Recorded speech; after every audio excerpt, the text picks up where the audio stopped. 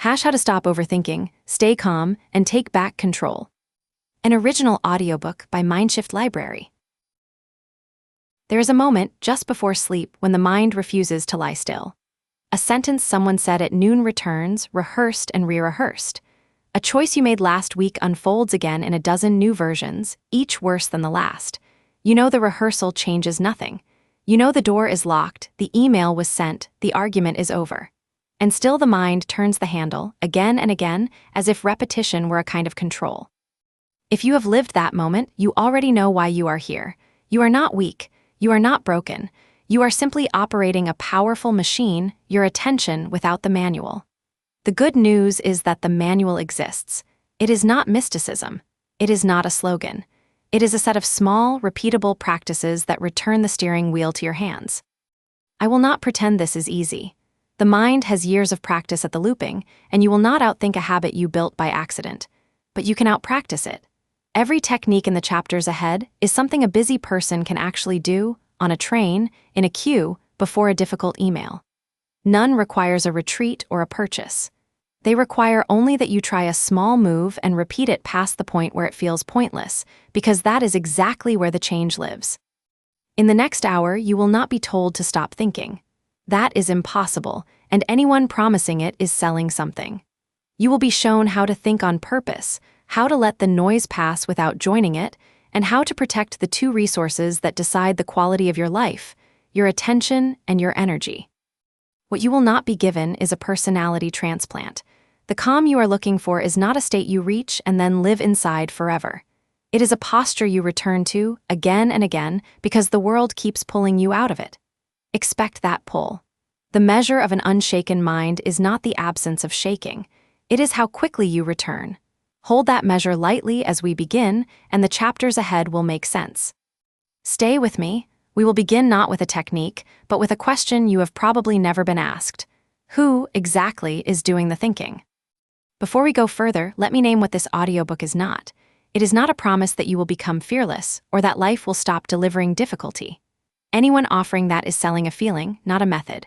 What follows is quieter and more durable, a way to relate to your own mind so that difficulty no longer dictates your responses. You will still feel. You will still face loss, delay, and the noise of other people's opinions. The difference is that those things will pass through you instead of lodging in you. That single change, from lodging to passing through, is the project. Keep it in mind as we move through the chapters, because every technique ahead serves it. Most of us live as if we are our thoughts.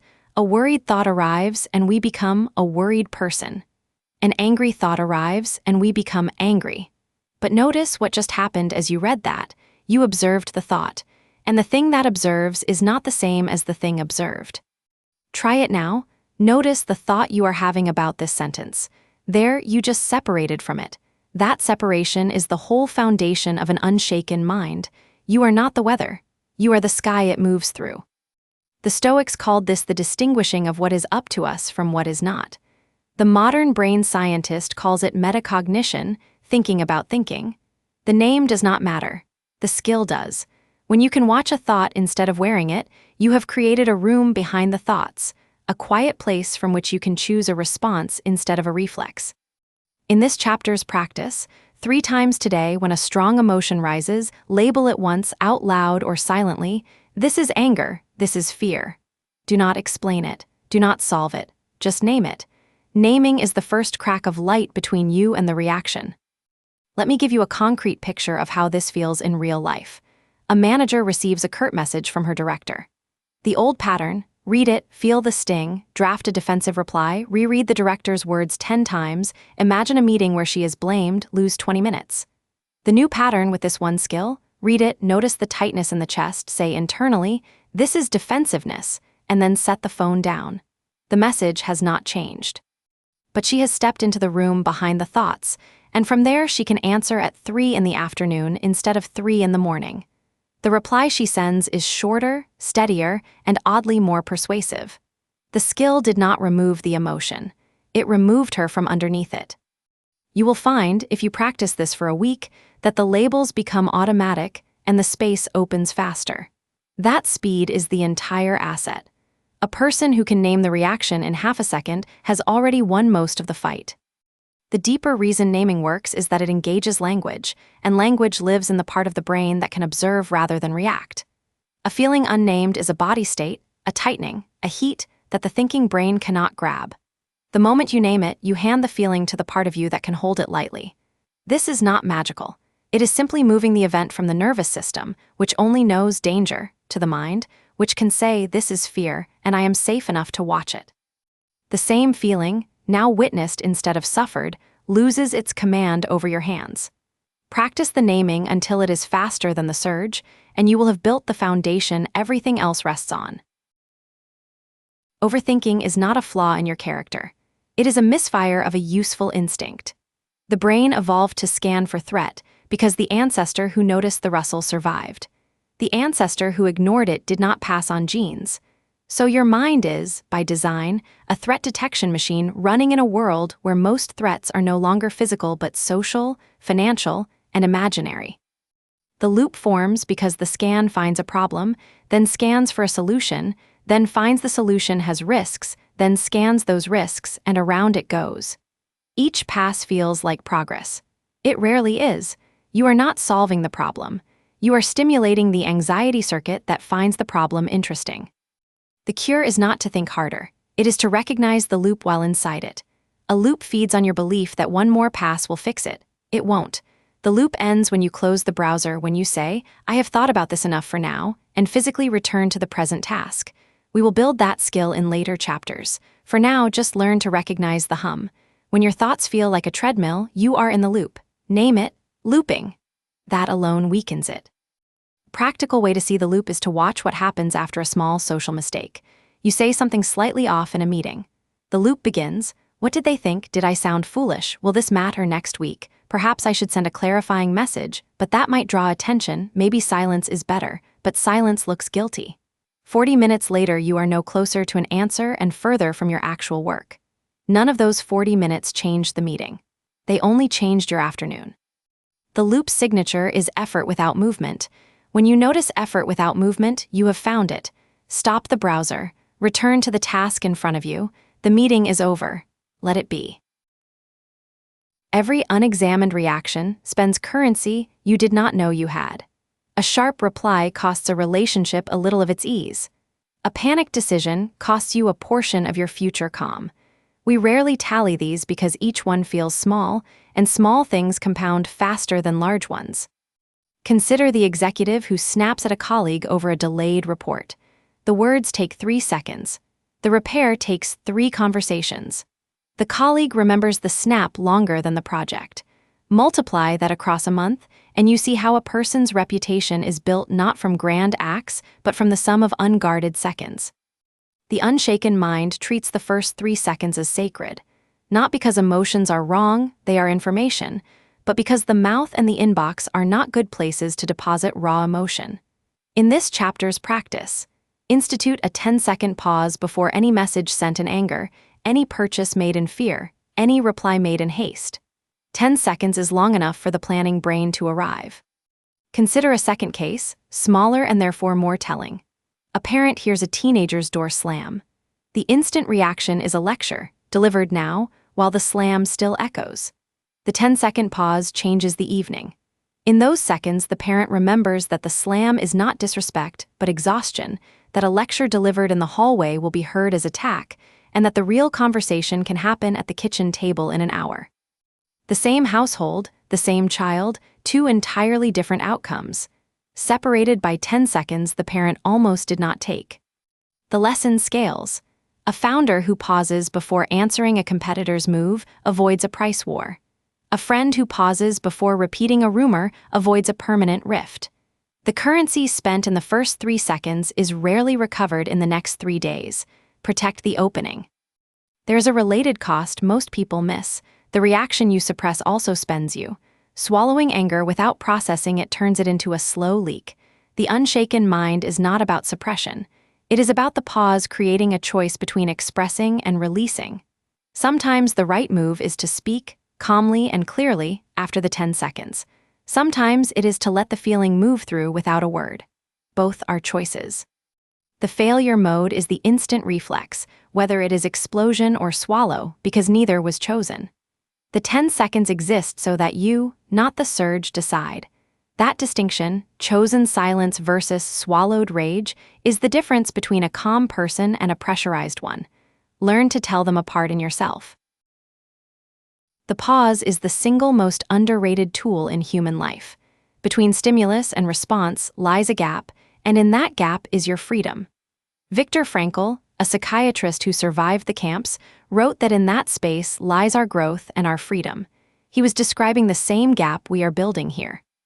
The pause is trainable. You do not wait for crisis to discover it.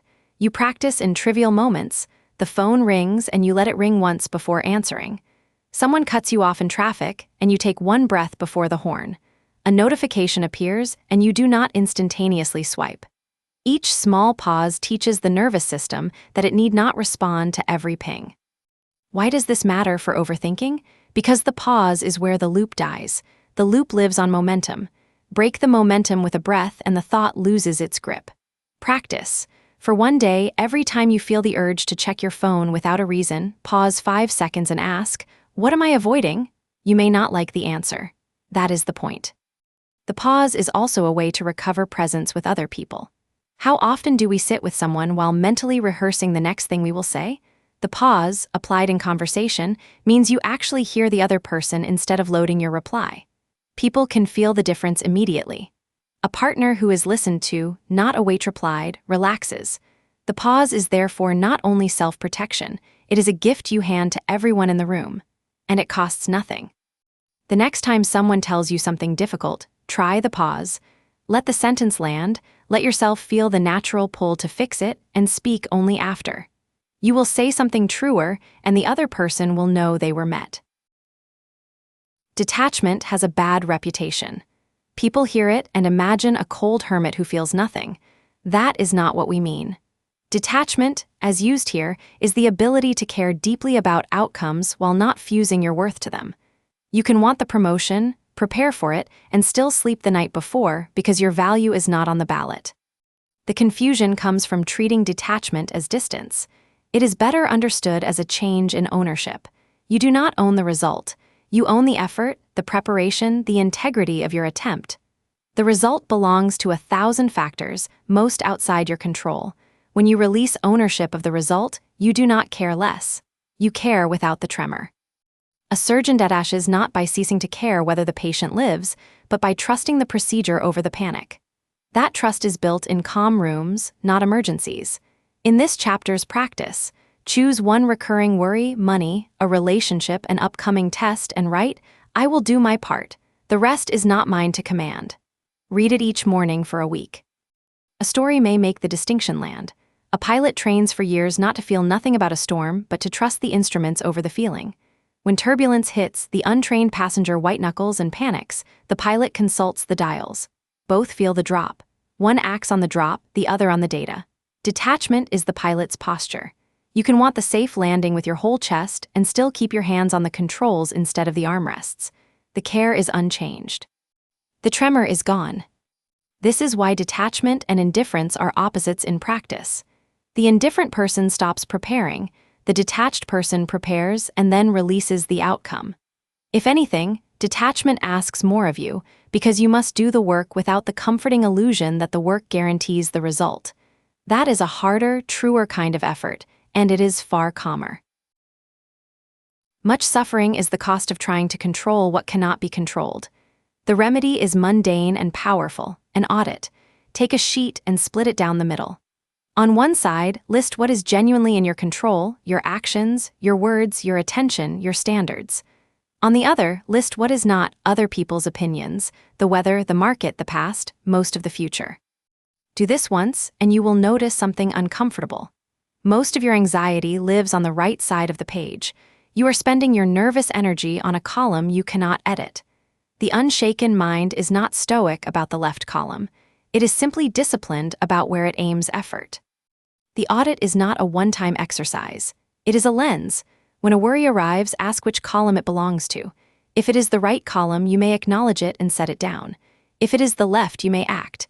This single habit column, then respond, removes more suffering than any affirmation. Practice. Tonight, write your current 3 biggest worries and file each under mine or not mine. Then act only on the first. I should name a trap here, because you will meet it. The mind tries to relocate worries from the right column to the left by turning them into things it can control through worry. If I just think about the presentation enough, I'll be ready feels like control, but the thinking is not the preparation. Making the slides is preparation. Rehearsing the disaster is not. Be honest about which side of the page your effort actually lives on. If the activity produces a tangible change in the real world, it is left column work. If it only produces more thinking, it is the loop wearing a costume. The audit fails the moment you confuse the two, so draw the line with that test.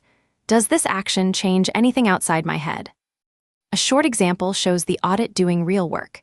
A person worries their friend is upset with them. Right column, they cannot control the friend's feelings. So they acknowledge the worry and set it down, then act only where they have leverage. They send a warm, ordinary message, no Chinese letter, no apology for an unspecified crime. That message is left column action. The rest, whether the friend replies, whether the worry was even true, is not theirs.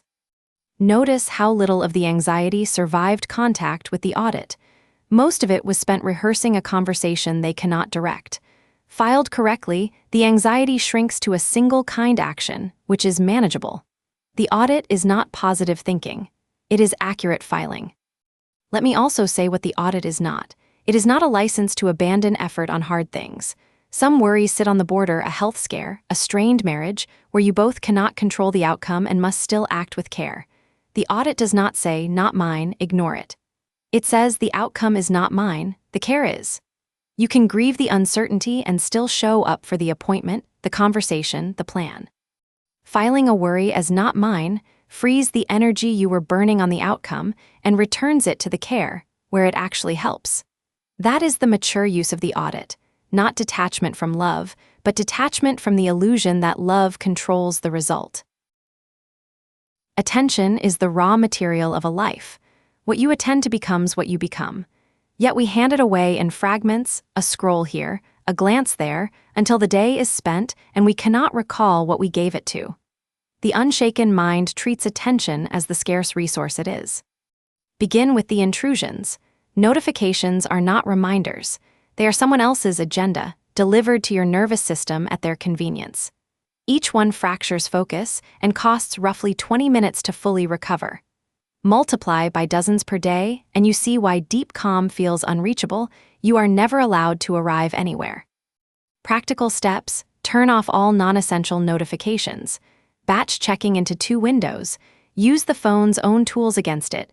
Grayscaling the screen removes the dopamine of color. In this chapter's practice, for 1 week, no phone for the first hour after waking and the last hour before sleep. Guard those edges of the day. They set the tone for everything between. There is a quieter reason these edges matter. The first input of your day tends to set the emotional key. Reach for the phone, and the first 10 minutes are spent reacting to other people's emergencies, which trains the brain to expect emergencies. Protect the morning, and you choose the key yourself. A few minutes of stillness, a plan, a single priority. The last hour before sleep works the same way in reverse. A screen full of outrage and bright light tells the nervous system the day is still live, and sleep comes late and thin. The unshaken mind is built partly at the edges of the day, where the world is easiest to keep out. Start there, because that is where the win is cheapest. One more lever on attention deserves naming: the feed.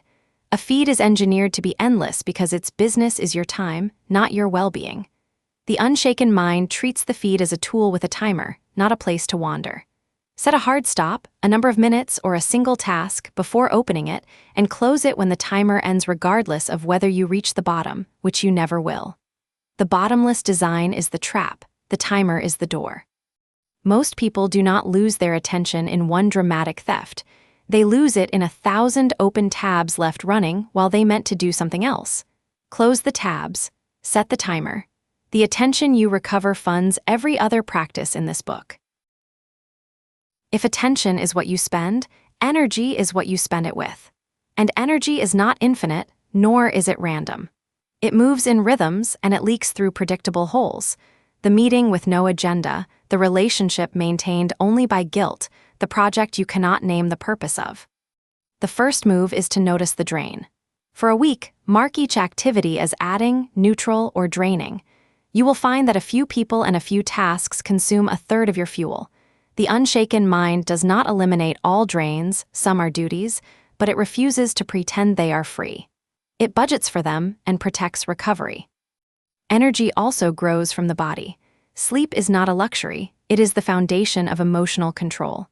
A tired brain cannot inhibit its impulses. That is not weakness, that is physiology. In this chapter's practice, identify your single largest energy leak and place one boundary around it this week. 1. A small wall is still a wall. The body side deserves more than a line because it is where most people silently fail. Skipping sleep to get more done is borrowing from tomorrow's willpower at ruinous interest. A tired brain cannot inhibit its impulses. That is not weakness, that is physiology. The same person who is calm after 8 hours is reactive after 5. So part of protecting energy is protecting the conditions that produce it: regular sleep, movement that discharges tension, and food that does not spike and crash the system. None of this is glamorous. All of it is load-bearing. Treat the body as the engine of the calm mind, not a separate project. I should also name the quiet enemy of energy protection, the belief that rest is earned. Many people refuse to recover until the work is done, and the work is never done, so they never recover, and their calm erodes by inches.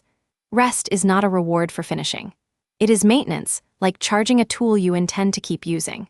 A person who waits to be exhausted before resting has already lost the calm they were trying to protect. Build recovery into the day as a fixed item, not a leftover. A walk, a pause, a closed laptop at a set hour, these are not indulgences. They are the conditions under which the unshaken mind is possible at all. Protect them as you would protect a meeting with someone you cannot reschedule, because in truth, you cannot reschedule yourself. Energy protection also means choosing where your yes goes. Every agreement is a withdrawal from the same account. The person who says yes to everything has, in effect, pre-spent a life they never got to direct. A simple rule helps. Before any new commitment, ask whether it serves one of your 3 or 4 actual priorities. If it does not, the polite no is not selfish. It is the only way the yes you already gave can stay honest. Most energy leaks are yeses given on autopilot. Recovering that autopilot is half the battle. You will lose some approval by saying no. You will keep your calm, which buys back far more than the approval was worth.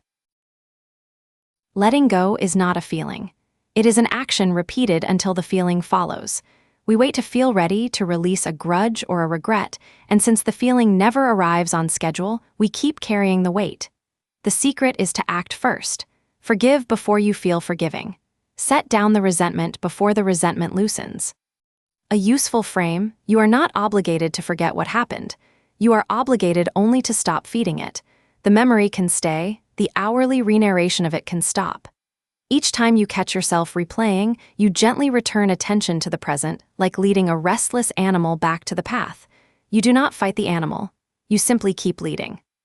Practice: write a letter you will never send to the person or circumstance that still hooks you. Say everything, then burn it or delete it. The act is not for them. It is the physical gesture of setting the burden at the door. Do this once and notice how much lighter the same memory feels afterward. People ask whether letting go means the person won. It does not. It means you stopped paying rent on an offense they no longer occupy. Resentment is a loan you extend to the past at your own expense, and the past never repays it. The unsent letter is one way to close the account. Another is simpler. Each time the memory surfaces, you return attention to the present task without adding the familiar narration. At first, this feels like surrendering. After weeks, it feels like walking out of a room you had been forced to stand in. The room did not disappear. You left it. That is the whole practice. A word on the long game, because detachment is easy to fake for a day and hard to keep for a year. The test is not how you feel about a small delay. The test is how you are in the 3rd month of a project that is not landing. There, the temptation is to fuse again, to let the outcome define your worth, to check the metrics hourly, to live inside the right column of the audit. The person who has practiced detachment returns repeatedly to the left. I did the work today. The result is not mine to command. That return is not a feeling you summon. It is a sentence you repeat until the nervous system learns it is safe to stay. Expect to forget it often. The practice is the returning, not the never forgetting. We speak of resilient people as if resilience were a metal in their bones. It is not. It is a practice, built in small repetitions, much like a callus. Each time you meet discomfort without fleeing, the next discomfort costs less. Each time you sit with a hard feeling instead of numbing it, the feeling loses a degree of its terror. This reframes failure usefully. A setback is not evidence you are fragile. It is rep number 1 of a new set. The person who bounces back is not less hurt. They have simply practiced the return. You can start the practice today with something trivial, a cold shower, a difficult conversation deferred too long, a workout you keep skipping. Choose one avoided discomfort and meet it. In this chapter's practice, pick one small thing you have been avoiding because it feels unpleasant and do it before noon each day for a week. Not to be heroic, to teach the system that avoidance is optional. Resilience is the sum of those optional moments. A useful image, resilience is like a callus on the hand. The first scratch stings, the 10th barely registers. The hand did not become less alive. It became accustomed to friction. The mind works the same way, and the training need not be dramatic. Standing in a slow queue without reaching for the phone is a rep. Hearing criticism without immediately explaining is a rep. Sitting with boredom instead of filling it is a rep. The culture around you will call these small things boring and offer to numb them. The unshaken mind calls them practice and declines the numbing. Over a year, the difference between the two people is not talent, it is reps. To make this practical, here is a single weekly rep anyone can keep. Once a week, choose one discomfort you have been avoiding and schedule it like an appointment, a hard conversation, a workout you keep skipping, a task you have dressed up as later. Put it on the calendar for a specific time. The act of scheduling removes the daily negotiation that usually wins. When the time arrives, you do not decide whether, you only decide how, and how is far easier than whether. This is how resilient people are built in real life, not by dramatic ordeals, but by a recurring appointment with something mildly unpleasant, kept without drama. After a month, you will notice the avoided things have shrunk. After a year, they will barely register. That is the trait you thought you lacked, constructed one rep at a time. Calm is often mistaken for the absence of pressure. It is the presence of steadiness within it. The firefighter is not calm because the building is safe. The parent is not calm because the child is fine. They are calm because they have rehearsed the response, so the moment does not require invention. You can rehearse. Before a difficult conversation, run it mentally not as fantasy but as preparation. Here is what they may say, here is what I will do, here is how I will breathe if I feel the surge. The rehearsal does not guarantee the outcome. It guarantees that you have been here before, and the unfamiliar is less likely to hijack you. Physiology helps. When the chest tightens, lengthen the exhale. A long exhale signals the vagus nerve that the threat has passed, and the body believes the signal. Practice. In any tense moment this week, breathe in for 4 counts and out for 6, 3 times before speaking. The numbers matter less than the lengthening. You are telling the body it is safe to think. Here is why the exhale works in plain terms. The nervous system has 2 branches. One speeds you up for action, one slows you down for rest. The long exhale activates the slowing branch, and because the body and the mind share one control panel, a slower body makes a slower, clearer mind available. You are not pretending to be calm. You are creating the physiological condition for calm to be possible. A person who knows this can stay useful in a room where everyone else has gone loud. That steadiness is not coldness. It is the result of having practiced the one tool that works when the stakes are real. Let me give you a scene. A team learns of a serious error an hour before a major client call. The room splits, half rush to assign blame, half rush to bury it. The unshaken person does neither first. They breathe, they gather the facts, they decide who speaks and what is true. The client may still be unhappy, the outcome is not theirs, but the response is theirs, and it is clear. Later, the team remembers not the error but the steadiness, and trusts that person with the next crisis. Calm under pressure is not a performance. It is a reputation built one rehearsed breath at a time. and it outlasts any single result. Inside nearly everyone is a commentator who narrates life with a skeptical edge. You'll fail. They don't like you. This won't work. We mistake this voice for truth because it speaks in our own accent, but it is a habit of speech, not a court of fact. The unshaken mind does not try to silence the commentator. That battle is unwinnable, but it stops granting it the microphone. When the voice says, "You'll fail," you may reply, "Perhaps, and I will do the work regardless." Notice the shift. You did not argue the prediction. You declined its authority over your action. Practice. For one day, write down each harsh self-statement and add the word thought after it. "I'll fail, thought." That small label returns the statement to its proper place. A passing mental event, not a verdict. Do this and you will be surprised how much quieter the room becomes. The commentator is easier to live with once you understand its job. It is a risk estimator, and like most estimators, it is biased toward the worst case because the worst case is the one that matters if real. The problem is not that it estimates risk.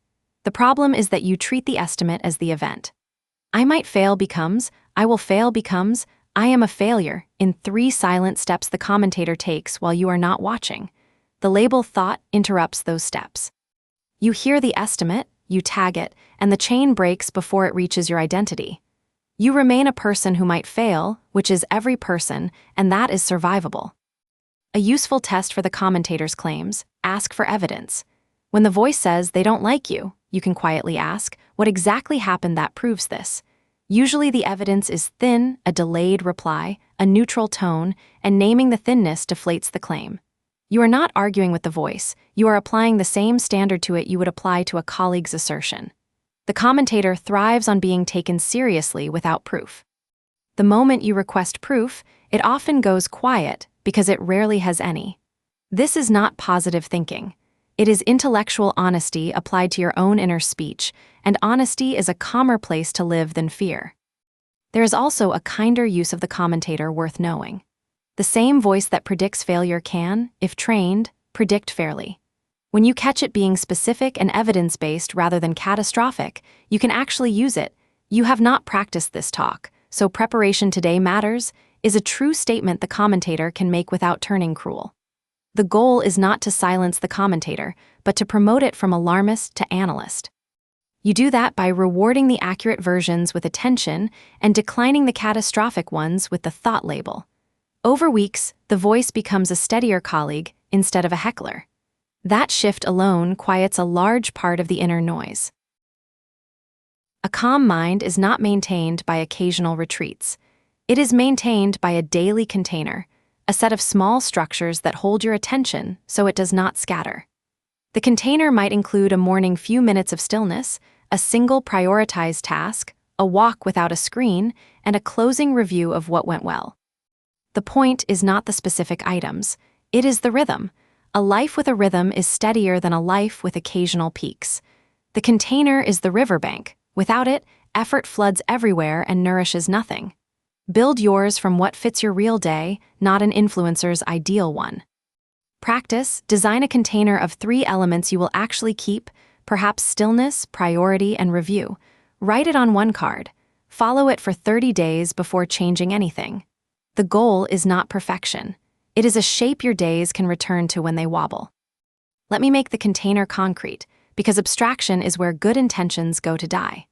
A workable version for a busy person: 10 minutes of stillness with no input after waking, 1 written priority chosen before opening any app, and a 2-minute review at day's end naming 1 thing that went well.